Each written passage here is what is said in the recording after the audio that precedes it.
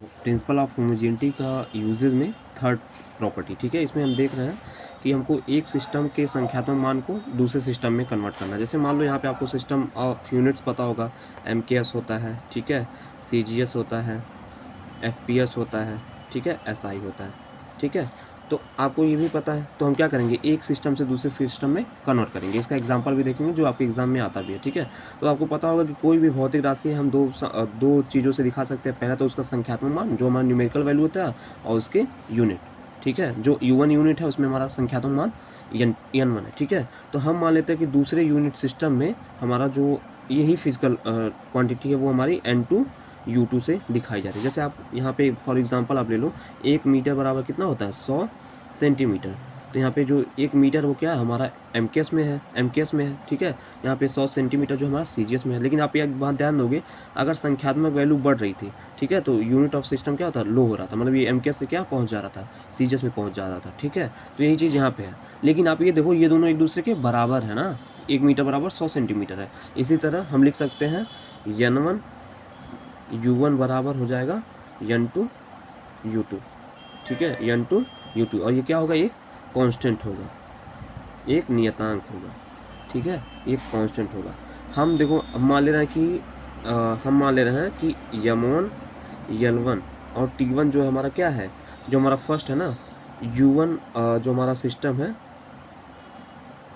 U1 जो है, U1 के सिस्टम में हमारा क्या है, मूल मात्रक है। इसी तरह M2 L2 और T2 ये हैं U2 सिस्टम के क्या है, मूल मात्रक है। तथा इनकी जो बीमाएँ हम मान लेते हैं हमारी जो रिस्पेक्टिवली ABC हैं, ठीक है। तो हम यहाँ से क्या लिख सकते हैं, N1 क्रॉस, अब देखो, M के पावर A, M1 के पावर A, L1 के पावर B, T1 के पावर C, और यहाँ से इस किसके बराबर हो जाएगा, N2 M2 के पावर A, L2 के पावर B और T2 के पावर C, ठीक है। बस हमने क्या किया, इस यूनिट सिस्टम में जो भी मात्रक थे ना, जो मूल मात्रक थे, उन पे हमने बीमाएँ चढ़ा दी हैं, ठीक है। तो यहाँ पे आपको देखो, अगर हमको यहाँ से मान लो N2 का मान ज्ञात करना था, तो हम क्या करेंगे, N1 क्रॉस, अब देखो जो सेम है, जैसे मान लो यहाँ पे M1 अपॉन M2 की पावर पूरा कितना है A, फिर L1 अपॉन L2 की पावर कितना है B, फिर T1 अपॉन T2 की पावर कितना है C। तो इस फॉर्मूले का यूज करके हम क्या कर सकते हैं, एक सिस्टम से दूसरे सिस्टम में न्यूमेरिकल वैल्यू को क्या कर सकते हैं, कन्वर्ट कर सकते हैं। जैसे अब यही एग्जांपल लें कि हमको क्या करना है कि जो हमारा 1 न्यूटन है वो हमको क्या करना है, डाइन में कन्वर्ट करना है, डाइन में बदलना। और ये हमारे एग्जाम में पूछे गए क्वेश्चन है जो 2 नंबर और 2.5 नंबर में आते हैं, ठीक है। तो आप सबको पता होगा 1 न्यूटन बराबर कितना होता है, 10⁵ डाइन, ठीक है। तो इसी को हमको क्या करना है, एक तरीके से प्रूफ करना है, ठीक है। अब देखो हम वही काम करेंगे, यहाँ पे हम क्या करेंगे, अपने जो भी सिस्टम ऑफ यूनिट्स था उसका उपयोग करेंगे। सबसे पहले आपको 1 न्यूटन हमारा किसका है, न्यूटन मतलब फोर्स का इसने दिया है, तो हम क्या लिख देंगे, फोर्स क्या होता है, M×A। तो इसका डायमेंशनल फार्मूला कितना आ जाएगा, यहाँ से M/L/T के पावर -2, ठीक है। तो अब यहाँ ABC की वैल्यू निकालो, मतलब जो हमारी बीमा है वो कितनी है, यहाँ से A बराबर, अगर हम ये A बराबर कितना है 1 है, B बराबर कितना है 1 है, C बराबर कितना है -2 है, ठीक है। तो अब जब हम ये फार्मूला यूज़ करेंगे, हमको क्या करना है, N2 में कन्वर्ट करना है, ठीक। अब आपको ये भी पता होगा, ये 1 न्यूटन जो है हमारा क्या है, SI यूनिट है। ये किसके सिमिलर होगा, 1 किलोग्राम मीटर पर सेकेंड स्क्वायर के, ठीक। दूसरा जो हमारा है, ये हमारा, हमको इसको CGS में बदलना, डाइन में बदलना है, तो हमारा ये CGS यूनिट है। तो 1 डाइन बराबर कितना हो जाएगा हमारा, यहाँ पे 1 किलोग्राम हमारा ग्राम में कन्वर्ट हो गया, ये सेंटीमीटर में, और ये हमारा सेकेंड में, ठीक है। तो बस यही चीज़ें हैं, हम बस इसको यहाँ पे पुट कर देंगे, ठीक। अब यहाँ ध्यान दो, तो हमको पता है जो हमारा फार्मूला होता है, हमको N2 निकालना है। जैसे यहाँ पे N1 बराबर, यहाँ पे थोड़ा सा देख लो, यहाँ पे एक चीज़ और दे दिया है, N1 बराबर यहाँ से दे दिया है, चलो इधर ही लिखते हैं इसको। यहाँ पे N1 बराबर इक्वेशन में दे दिया है 1, हमको N2 की वैल्यू निकालनी है, ठीक है।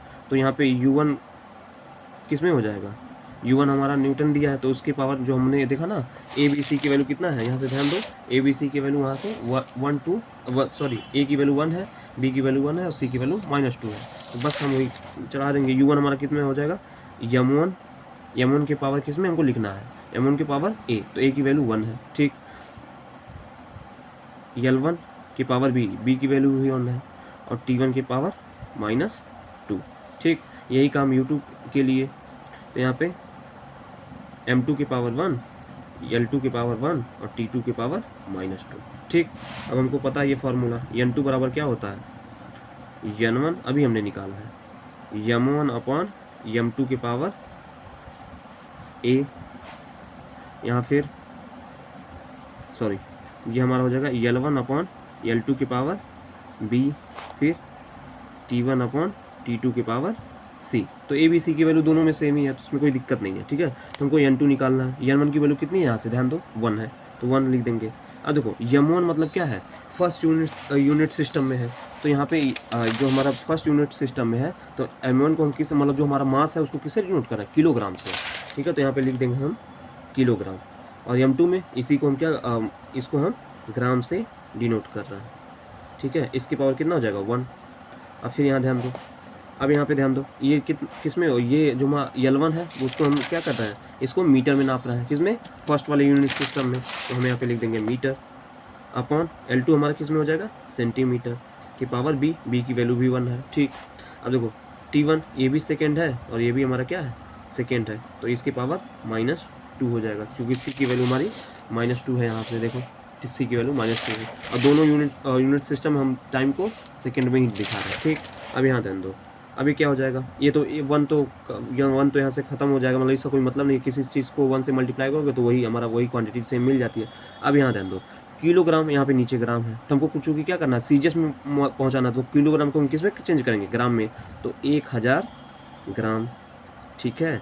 अब यहाँ पे ये हो गया, ग्राम पहले से नीचे था, इसके पावर 1 था तो 1 भी हटा देते हैं हम। अब देखो यहाँ पे मीटर है, फिर नीचे सेंटीमीटर है, क्योंकि हमको सीजीएस में कन्वर्ट करना है तो मीटर को सेंटीमीटर में कन्वर्ट करेंगे, ये हमारा हो गया 100 सेंटीमीटर अपॉन सेंटीमीटर, इसके पावर क्या है 1 है, तो ये भी खत्म हो गया। अब देखो सेकंड आपस में क्या हो गए, कैंसिल आउट हो गए, 1 की पावर कितना भी रहे वो हमारा कितना बचता है, 1 बचता है, ठीक है। तो अब यहाँ से ध्यान दो, अब यहाँ से आप ध्यान दोगे तो n2 बराबर कितना आ जाएगा, n2 हमको निकालना है, तो n2 बराबर कितना आ जाएगा यहाँ से, तो ग्राम से ग्राम कैंसिल हो गया, सेंटीमीटर से सेंटीमीटर, तो यहाँ से 1000 मल्टीप्लाई बाई 100, तो ये कितना आ जाएगा, n2 बराबर 10⁵, ठीक है, n2 बराबर 10⁵। तो हमको यही ना निकालना था, आपको पता होगा कि n1 क्रॉस u1 हमारा किसके बराबर होता है, n2 u2 के, ठीक है। तो यहाँ पे n1 हमारा कितना था 1 और u1 कितना था न्यूटन, ठीक है। तो हमारा n2 की वैल्यू कितनी आ गई 10⁵, और u2 मतलब उसको डाइन में कन्वर्ट करना, सीजीएस में, तो इसका हो जाएगा ये डाइन। तो यहाँ से 1 न्यूटन बराबर कितना निकल गया 10⁵ डाइन, ठीक है। तो आप प्रैक्टिस के लिए 1 जूल को अर्ग में बदलिए, किसके द्वारा, डायमेंशनल